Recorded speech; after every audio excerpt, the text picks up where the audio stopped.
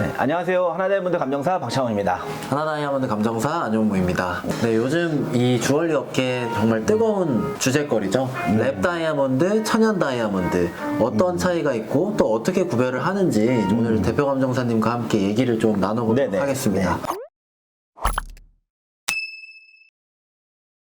얼마 전에 한 고객님께서 다이아몬드 매입을 하겠다고 이렇게 감정서를 보내주셨는데 네. 지금까지 이게 천연 다이아로 알고 있었는데 천연 다이아이긴 하지만 랩 다이아몬드다 라고 해서 사실 매입 금액이 생각했던 것보다는 정말 낮게 나왔었는데 일반 소비자분들이 일반 천연 다이아몬드랑 랩 그로운 다이아몬드랑 많이 이렇게 혼동을 하시는 것 같아요. 네네네. 어떤 부분을 보고 소비자분들이 이걸 구별할 수 있을지 그 부분에 대해서 먼저 한번 얘기를 좀 해주시죠. 일단은 랩그로운 다이아몬드를 소비자들이 알고서 구매하는 경우들은 사실 혼동이 될 필요는 별로 없을 거예요. 근데 보통 다이아몬드 주얼리 같은 경우는 그거를 선물을 주고 또는 선물을 받는 경우가 있기 때문에 이게 정말 천연 다이아몬드인지 또는 실험실에서 만든 다이아몬드인지를 구분하려면은 감정서에도 그게 표기가 되어 있거든요. 그래서 이 영상을 보신다 그러면 어떻게 표기가 되어 있는 건지 충분히 구분하실 수 있을 거라고 생각이 됩니다. 그러면은 랩 다이아몬드는 일반 천연 다이아랑 다르게 표기를 한다라는 말씀이 맞아요.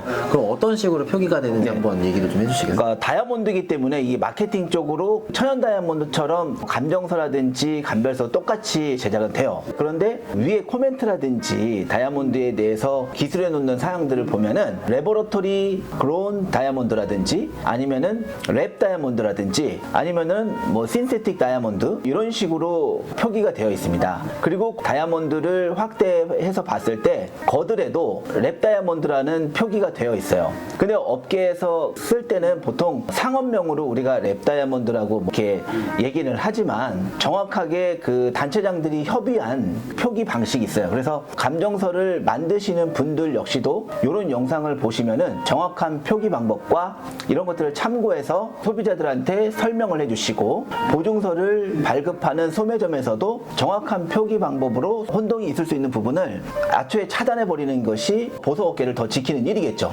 그러면 사실 신세틱 그리고 뭐 랩그로운 이런 것들이 인위적으로 만든 건데 천연 다이아랑 비교했을 때 뭐 광채, 뭐 기타 여러 가지 요인들에 있어서 어떤 차이가 있는지 그거를 많이 궁금해하실 것 같아요. 사실 차이가 없어요. 육안으로 봤을 때는. 근데 가장 큰 차이를 말씀드리면 천연 다이아몬드는 지구가 만들었고요. 합성 다이아몬드는 사람이 인위적으로 실험실에서 만들었다는 게 차이입니다. 그리고 이것이 궁극적으로는 보석의 3대 요건에 들어가지가 않습니다. 합성 다이아몬드는.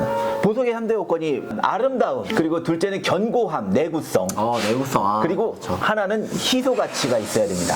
그런데 이 랩 다이아몬드가 보석에 맞느냐? 그럼 그 3대 요건 중에 아름다움과 견고함은 있어도 희소 가치, 자연에서 만들어낸 이 한정적인 희소 가치가 없어요. 따라서 랩 다이아몬드는 보석이 아닙니다. 그게 정확한 차이죠.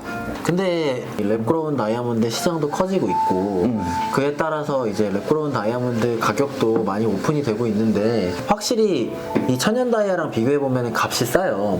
어떻게 보면 비교가 안 될 정도로 가격 차이가 나는데 추후 그러면은 이 가치로 봤을 때는 뭐 아무래도 보석이 아니기 때문에 조금 더 떨어질 것이다 라고 예상을 하는 건지 그리고 또 랩 다이아몬드로 인해서 천연 다이아몬드의 가치가 뭐 흔들릴 가능성이 있는지 이 부분에 대해서도 한번 설명을 좀 해주세요. 그래, 지금 사실 앞으로 미래를 정확하게 예측하는 거는 어렵죠. 근데 과거에 있었던 유사한 사례를 갖다가 끄집어내면 앞으로는 상황이 어떻게 전개될지는 조금 유추가 가능하거든요. 유색 보석 중에 합성, 사파이어, 루비, 에메랄드 등이 처음 나왔을 때는 사실 천연의 가치를 위협할 정도로 가격도 합성이 비쌌고 천연의 가치도 떨어졌어요. 마찬가지로 가장 다이아몬드하고 유사한 스톤 중에 하나가 모이사나이트라고 있습니다. 요즘 또 대체적으로 많이 활용이 되고 있는데 이 모이사나이트가 사실 처음 나왔을 때 1캐럿짜리 기준으로 얼마인지 아세요?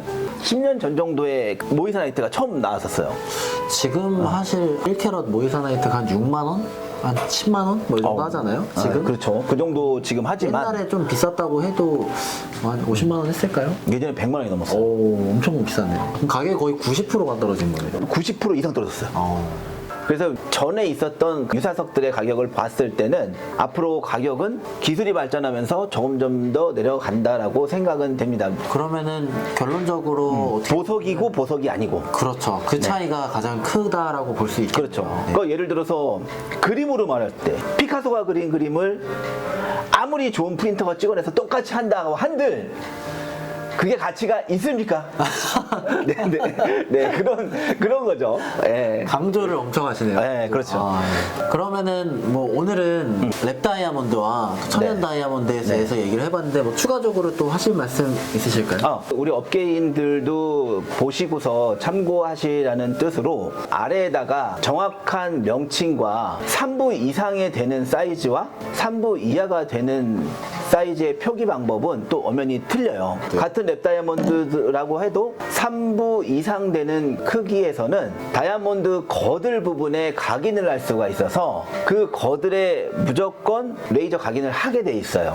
그리고 그렇게 하게끔 권고를 하고 있고, 그리고 3부 이하의 다이아몬드에서는 거들이 너무 작기 때문에 거기다가 각인을 할 수가 없어서 그 다이아몬드가 세팅된 제품에다가 표기를 하게 되어 있습니다. 그래서 아래에 저희가 정확하게 표기되는 부분을 정리해 놓을 테니까 이런 것들을 우리 업계인 스스로가 보시고 정확한 명칭을 사용함으로써 소비자들이 혼동을 방지하고 더 나아가서는 우리 업계를 보호하는 게 되는 거죠. 그럴 수 있겠네요. 네, 그렇죠.